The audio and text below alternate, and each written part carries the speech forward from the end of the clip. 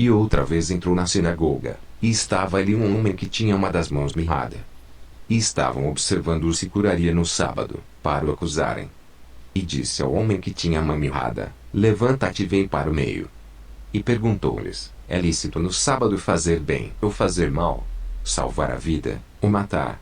E eles calaram-se. E, olhando para eles em redor com indignação, condoendo-se da dureza do seu coração, disse ao homem: estende a tua mão. E ela a estendeu, e foi-lhe restituída a sua mão, sã como a outra. E, tendo saído os fariseus, tomaram logo conselho com os herodianos contra ele, procurando ver como o matariam. E retirou-se Jesus com seus discípulos para o mar, e seguiu uma grande multidão da Galiléia e da Judéia, e de Jerusalém, e da Idumeia, e de além do Jordão, e de perto de Tiro e de Sidom, uma grande multidão que, ouvindo quão grandes coisas fazia, vinha ter com ele. E ele disse aos seus discípulos que lhe tivessem sempre pronto um barquinho junto dele, por causa da multidão, para que o não oprimisse.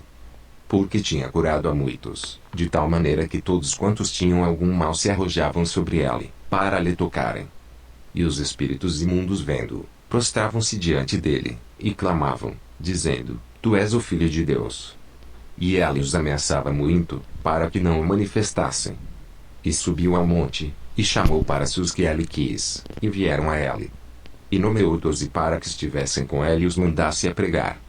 E para que tivessem o poder de curar as enfermidades e expulsar os demônios. A Simão, a quem pôs o nome de Pedro. E a Tiago, filho de Zebedeu, e a João, irmão de Tiago, aos quais pôs o nome de Boanerges, que significa, filhos do trovão. E a André, e a Filipe, e a Bartolomeu, e a Mateus, e a Tomé, e a Tiago, filho de Alfeu, e a Tadeu, e a Simão, o cananita. E a Judas Iscariotes, o que o entregou.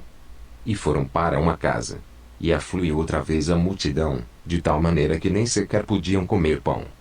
E, quando os seus ouviram isto, saíram para o prender, porque diziam: está fora de si. E os escribas, que tinham descido de Jerusalém, diziam: tem Beelzebu, e pelo príncipe dos demônios expulsa os demônios. E, chamando-os a si, disse-lhes por parábolas: como pode Satanás expulsar Satanás? E, se um reino se dividir contra si mesmo, tal reino não pode subsistir. E, se uma casa se dividir contra si mesma, tal casa não pode subsistir. E, se Satanás se levantar contra si mesmo, e for dividido, não pode subsistir, antes tem fim. Ninguém pode roubar os bens do valente, entrando-lhe em sua casa, se primeiro não maniatar o valente, e então roubará a sua casa. Na verdade vos digo que todos os pecados serão perdoados aos filhos dos homens, e toda sorte de blasfêmias, com que blasfemarem. Qualquer, porém, que blasfemar contra o Espírito Santo, nunca obterá perdão, mas será réu do eterno juízo. Porque diziam: tem espírito imundo. Chegaram, então, seus irmãos e sua mãe, e, estando fora, mandaram-no chamar. E a multidão estava assentada ao redor dele, e disseram-lhe: eis que tua mãe e teus irmãos te procuram, e estão lá fora. E ele lhes respondeu, dizendo: quem é minha mãe e meus irmãos? E, olhando em redor para os que estavam assentados junto dele, disse: eis aqui minha mãe e meus irmãos. Porquanto, qualquer que fizer a vontade de Deus, esse é meu irmão, e minha irmã, e minha mãe.